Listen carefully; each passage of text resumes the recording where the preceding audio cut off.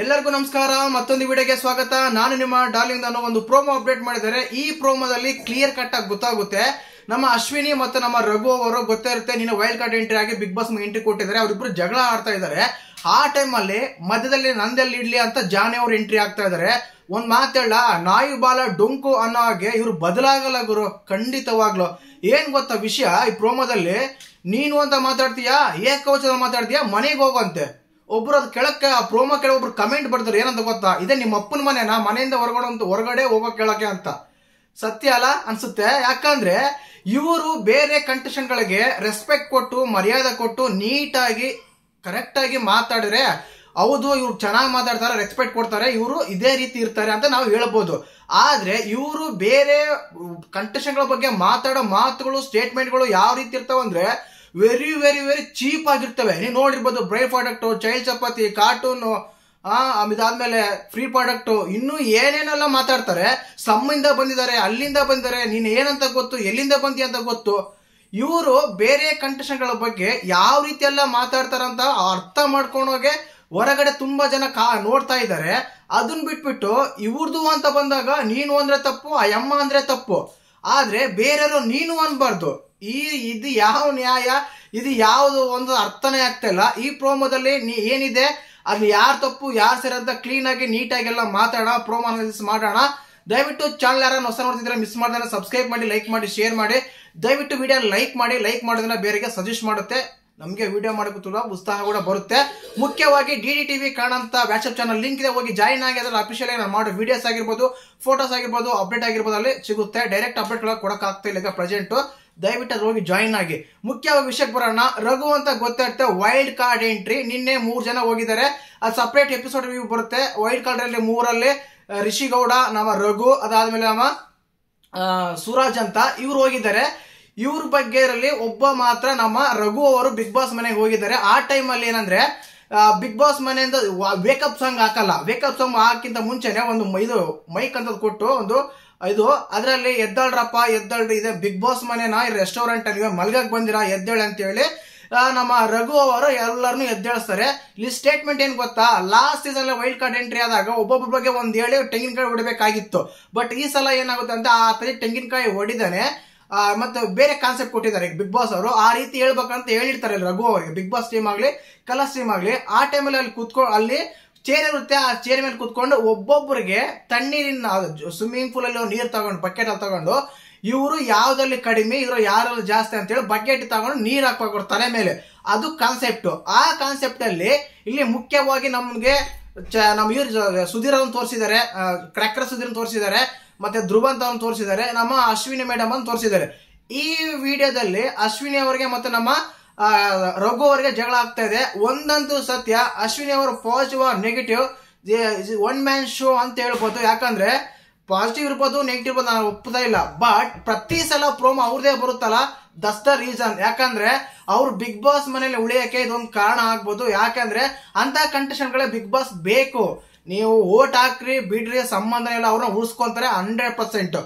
ಆ ಕಾರಣಕ್ಕೆ ಅವರ ಸ್ವ್ಯಾಗ್ ಆಗಿರ್ಬೋದು, ಅವರ ಮಾತಾಗಿರ್ಬೋದು, ಅವರ ನಡೆ ನುಡಿ ಮಾತು ಏನೇ ಆಗಿರ್ಬೋದು, ಸ್ವಲ್ಪನೂ ಬದಲಾವಣೆ ಆಗಿಲ್ಲ.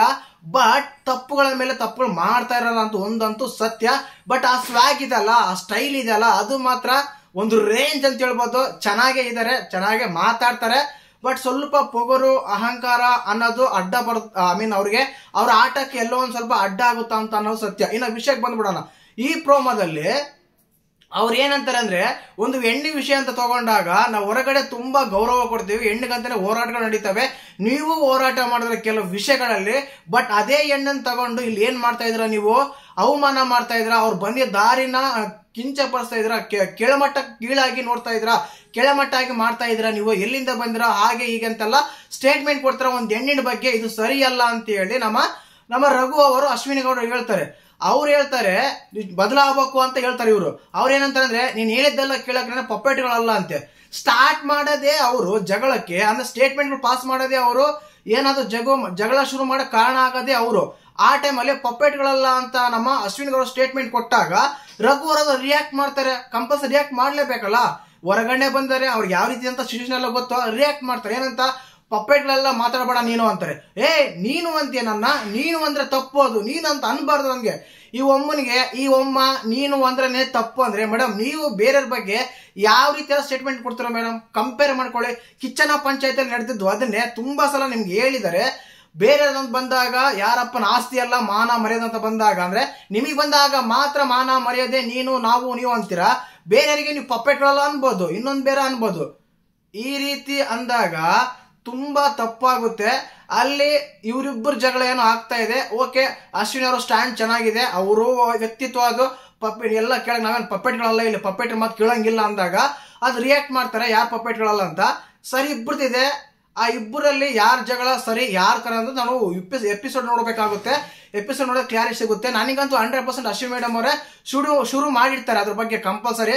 ಯಾಕಂದ್ರೆ ಅವ್ರ ಗುಣ ಅಂತದ್ದು ಅವ್ರು ಯಾರಿಗೂ ಬಿಟ್ಕೊಡೋ ಮಾತೇ ಇಲ್ಲ ಅನ್ನೋ ಲೆವೆಲ್ಗೆ ಮಾತಾಡ್ತಾರೆ.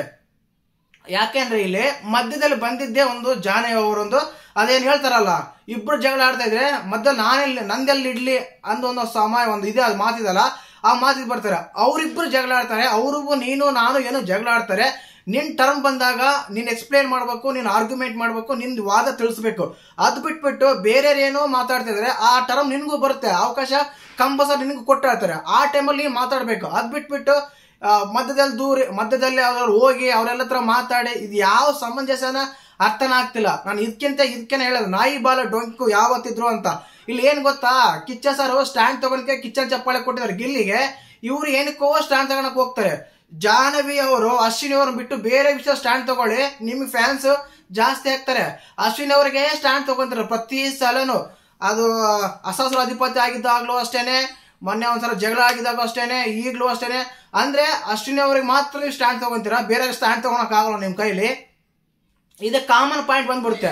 ಆದ ಕಾರಣ ಇಲ್ಲಿ ಏನಾಗುತ್ತೆ ಅಂದ್ರೆ ಮಧ್ಯದಲ್ಲಿ ದೂರಿದ್ದು ತುಂಬಾನೇ ತಪ್ಪು. ಮಧ್ಯದಲ್ಲಿ ಹೋಗಿ ಮಾತಾಡೋ ಅವಶ್ಯಕತೆ ಇರಲಿಲ್ಲ. ನಿಮ್ ಟಮ್ ಬರ್ತಾವ, ನೀನ್ ಮಾತಾಡಿ. ಅದ್ ಬಿಟ್ಬಿಟ್ಟು ಮಧ್ಯದಲ್ಲಿ ಹೋಗಿ ಇಲ್ಲಿ ವಿಷಯ ಏನ್ ಗೊತ್ತಾ, ನೀನ್ ಎಂತೆಲ್ಲ ಮಾತಾಡ್ತೀಯ, ನೀನೆಲ್ಲ ಮಾತಾಡಬಾರ್ದು, ರೆಸ್ಪೆಕ್ಟ್ ಕೊಟ್ಟಿಲ್ಲ, ನೀನು ಮನೆಯಿಂದ ಹೊರಗಡೆ ಹೋಗು ಅಂತಾರೆ. ಇದು ಯಾವ ಮರ, ಇದು ನಿಮ್ಮ ಮನೇನಾ? ಇಲ್ಲ ನೀವೇನೋ ಸ್ವಂತ ನಡೆಸ್ತಾ ಇದೀರಾ ಬಿಗ್ ಬಾಸ್? ಇದು ಬಿಗ್ ಬಾಸ್ ನಿಮ್ಮ ಮನೇನಾ? ಅರ್ಥನೇ ಆಗ್ತಾ ಇಲ್ಲ.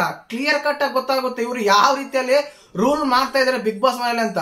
ಕ್ಲಿಯರ್ ಕಟ್ ಆಗಿ ಹೇಳಿದ್ರೆ ಯಾರಪ್ಪನ ಮನೆವಲ್ಲ ಬಿಗ್ ಬಾಸ್. ನಿಮ್ ಇಷ್ಟ ಬಂದಂಗೆ ಮಾತಾಡ್ಬೋದು, ಇಷ್ಟ ಬಂದಂಗೆ ಇರ್ಬೋದು, ಇಷ್ಟ ಬಂದಂಗೆ ಆಕ್ಟ್ ಮಾಡ್ಬೋದು, ಇಷ್ಟ ಬಂದಂಗೆ ರಿಯಾಕ್ಟ್ ಮಾಡ್ಬೋದು ಅಂತ. ಅದು ಕಿಚ್ಚನ ಪಂಚಾಯತಿಯಲ್ಲಿ ನಡೆಯುತ್ತೆ. ರೆಸ್ಪೆಕ್ಟ್ ಕೊಟ್ಟಿಲ್ಲ ಅಂದ್ರೆ ಅದು ಪಂಚಾಯತಿಯಲ್ಲಿ ಯಾಕೆ ಕ್ಲಾಸ್ ತಗೋಬೇಕಾ ಕ್ಲಾಸ್ ತಗೊಂತಾರೆ. ಅದ್ ಬಿಟ್ಬಿಟ್ಟು ನೀವು ಮನೆಯಿಂದ ಹೊರಗಡೆ ಹೋಗೋನಕ್ಕೆ ನೀವು ಯಾವ ರೀತಿ ಕಂಟೆಸ್ಟೆಂಟ್ ಆಗಿದ್ರು ಅವ್ರು ಅದೇ ರೀತಿ ಕಂಟೆಸ್ಟೆಂಟ್ ಆಗಿ ಆಡ್ತಾ ಇದಾರೆ. ಮಾತಾಡ್ತಾರ ಹೇಳಿ, ಮಾತಾಡಿ ತಪ್ಪು, ಆ ರೀತಿ ಮಾತಾಡಬಾರ್ದು ಅಂತ. ನೀನು ಅಂತ ಮಾತಾಡಿದ್ಯಾ, ಬಿಗ್ ಬಾಸ್ ಮನೆಯಿಂದ ಹೊರಗಡೆ ಹೋಗು. ಇದು ಯಾವ ಲೆಕ್ಕ ಮಾರಾಯ ಅಂತ ಒಳ್ಳೆ ಫನ್ ಅನ್ಸುತ್ತೆ. ಅದನ್ನ ಹೇಳ್ದಲ್ಲ ಪ್ರೋಮೋ ಒಬ್ಬನು ಬರ್ದಿದ್ದ, ಏನಂತ ಗೊತ್ತಾ, ಇದೇ ನಿಮ್ಮ ಅಪ್ಪನ ಮನೆಯಿಂದ ಹೊರಗಡೆ ಹೋಗೋಣಕ್ಕೆ ನೀನು ಅಂತ ಹೇಳಿದ್ರಲ್ಲ, ಅದು ತಪ್ಪು ಅಂತೇಳಿ ವಾದ ಮಾಡಿ ಆರ್ಗ್ಯುಮೆಂಟ್ ಮಾಡು. ಬಿಗ್ ಬಾಸ್ ಮನೆಯಿಂದ ಹೊರಗಡೆ ಹೋಗಂತ ಹೇಳ್ತೀಯಲ್ಲ ಅಂತೇಳಿ ಸಿಂಪಲ್ ಆಗಿ ಕಮೆಂಟ್ಸ್ ನೋಡ್ತಾ ಇದ್ರೆ ತುಂಬಾ ನಗು ಬರುತ್ತೆ. ಕೇವಲ 40 ಮಿನಿಟ್ಸ್ ಅಲ್ಲೇ ಮಿಲಿಯನ್ ವ್ಯೂಸ್ ಬಂದಿದ್ದಾವೆ ಪ್ರೋಮೋಗೆ ಅಂತ ಲೆಕ್ಕ ಹಾಕಿ. ಒಂದಂತೂ ಸತ್ಯ, ನಮ್ಮ ರಘು ಅವರು ರಾಕ್ ಆದ್ರೆ ಅಶ್ವಿನಿ ಮತ್ತು ಜಾನಿ ಅವರು ಶಾಕ್ ಆಗದಿದ್ದಾರೆ, ಇದಂತೂ ಗ್ಯಾರಂಟಿ. ಕಾರಣ ಏನಂದ್ರೆ ಅವರ ಒಂದು ವೈಲೆಂಟ್ ಆಗಿ ಗೆದರ್ಸಕ್ಕೆ ಸುಮ್ಮನೆ ಆಗ್ಬಿಡ್ತಾರೆ. ಅಂದ್ರೆ ಒಂದ್ಸಲ ಊಹೆ ಮಾಡ್ಕೊಳ್ಳಿ, ಸ್ವಲ್ಪ ಲೋ ವಾಯ್ಸ್ ಇದೆ, ಒಂದ್ ವೇಳೆ ವಾಯ್ಸ್ ಏನಾದ್ರು ಹೈ ಇದ್ರೆ ಮಾತ್ರ ಇನ್ನೂ ಬೇಜಾನ್ ಇದಾಗೋದು. ಬಟ್ ಸ್ವಲ್ಪ ವಾಯ್ಸ್ ಲೋ ಇದೆ ಅವ್ರದ್ದು. ಆದ್ರೂ ಎಲ್ಲರಿಗಂತೂ ಶಾಕ್ ಕೊಟ್ಟಿದ್ದಾರೆ. ಅವ್ರು ವೈಲೆಂಟ್ ಮ್ಯಾನ್, ಅವ್ರು ವೈಲೆಂಟ್ ಆಗಿರೋಕೆ ಒಂದು ಇದಿದೆ. ಖಂಡಿತವಾಗ್ಲೂ ಇವರಿಬ್ಬರಿಗೆ ಸರಿಯಾದ ಸಹಸ್ಪರ್ಧೆ ಅಂತ ಹೇಳ್ತೀನಿ ಖಂಡಿತವಾಗ್ಲು. ಇನ್ನೊಂದು ಮಾತಿದೆ, ಸರಿಯಾದ ಆ ಪದ ಬೇಡ, ಅದಕ್ಕೆ ಇವ್ರಿಗೆ ಸರಿಯಾದ ವ್ಯಕ್ತಿ ಅಂದ್ರೆ ಇವ್ರೆ ಅನ್ಸುತ್ತೆ ನಮ್ಮ ರಘು ಅವರು. ನೋಡೋಣ ಮುಂದಿನ ದಿನಗಳಲ್ಲಿ ಯಾವ ರೀತಿ ಎಲ್ಲ ಆಗುತ್ತೆ ಅಂತ. ಒಂದೊಂದು ಸತ್ಯ, ಇನ್ಮೇಲೆ ಅಸಲಿ ಆಟ ಶುರು ಅಂತ ಬಿಗ್ ಬಾಸ್ ಹೇಳಿದರೆ. ಇನ್ಮೇಲೆ ತುಂಬಾ ಟಾಸ್ಕ್ ಎಲ್ಲ ಬರ್ತಿರ್ತವೆ, ಫಿಸಿಕಲ್ ಟಾಸ್ಕ್ ಎಲ್ಲ ಬರ್ತವೆ, ಆರ್ಗ್ಯುಮೆಂಟ್ ಜಾಸ್ತಿ ಆಗ್ತವೆ, ನಾಮಿನೇಷನ್ಸ್ ರಿಯಲ್ ಆಗಿರ್ತವೆ. ತುಂಬಾ ಅಂದ್ರೆ ತುಂಬಾ ಆಟ ಚೆನ್ನಾಗಿರುತ್ತೆ. ಇನ್ಮೇಲೆ ಜಂಟ್ ಇಲ್ಲ, ಒಂಟಿಲ್ಲ, ಮಹಾರಾಜ್ ಇಲ್ಲ, ಮಹಾರಾಣಿ ಇಲ್ಲ, ರಾಜ ಮಾತಿ ಇಲ್ಲ, ಸಖತ್ತಾಗಿರುತ್ತೆ. ಲಾಸ್ಟ್ ವೀಕೆಂಡ್ ಸ್ಟಾರ್ಟ್ ಆಗಿದೆ, ಇನ್ಮೇಲೆ ಇನ್ನೂ ಸ್ಟಾರ್ಟ್ ಆಗುತ್ತೆ. 3 ವೈಲ್ಡ್ ಕಾರ್ಡ್ ಎಂಟ್ರಿ ಬೇರೆ ಹೋಗಿದ್ದಾರೆ. ಈ ವಾರ ಅವರ ಬಂಡವಾಳನ ಎಲ್ಲ ಕಳ್ಸಿ ಬಿಡೋದಂತ ಗ್ಯಾರಂಟಿ. ಅವ್ರಿಗೆ ತುಂಬಾ ಅಂದ್ರೆ ತುಂಬಾ ಇದು ಇರುತ್ತೆ, ಆ ರೀತಿ ಕೊಟ್ಟಿದ್ದಾರೆ. ನಾನು ನಿನ್ನೆ ಸಂಡೇ ಎಪಿಸೋಡ್ ಅಲ್ಲಿ ಅಪ್ಡೇಟ್ ಮಾಡಿದ್ದೆ, ಅವ್ರಿಗೆ ಸ್ಪೆಷಲ್ ಆಫರ್ ಕೊಟ್ಟಿದ್ದಾರೆ, ಸ್ಪೆಷಲ್ ಇದು ಕೊಟ್ಟಿದ್ದಾರೆ ಅಂತ. ಅದು ಇದೇನೆ ಸಂಡೇ ಎಪಿಸೋಡ್ ಆಗಿರ್ಬೋದು, ಅಪ್ಡೇಟ್ ಆಗಿರ್ಬೋದು, ರಿವ್ಯೂಸ್ ಆಗಿರ್ಬೋದು, ತುಂಬಾನೇ ನಮ್ಮ ಚಾನಲ್ ಸಿಗುತ್ತೆ. ದಯವಿಟ್ಟು ಚಾನಲ್ ಸಬ್ಸ್ಕ್ರೈಬ್ ಮಾಡಿ, ಲೈಕ್ ಮಾಡಿ, ಶೇರ್ ಮಾಡಿ. ಹಾಗೇನೆ ಕೆಳಗೆ DD TV ಅಂತ ವ್ಯಾಟ್ಸಪ್ ಚಾನಲ್ ಲಿಂಕ್ ಇರುತ್ತೆ, ಹೋಗಿ ಜಾಯ್ನ್ ಆಗಿ. ನನ್ನ ವಿಡಿಯೋಸ್ ನಿಮ್ಗೆ ಏನೋ ನೋಟಿಫಿಕೇಶನ್ ಬರಲಿಲ್ಲ ಅಂದ್ರೆ ಆ ಚಾನಲ್ ಎಲ್ಲ ಹಾಕಿರ್ತೀನಿ, ನೀವು ಹೋಗಿ ನೋಡ್ಬೋದು. ವಿಡಿಯೋ ಇಷ್ಟ ಆದ್ರೆ ಲೈಕ್ ಮಾಡಿ. ಜೈ ಹಿಂದ್, ಜೈ ಕರ್ನಾಟಕ ಮಾತೆ.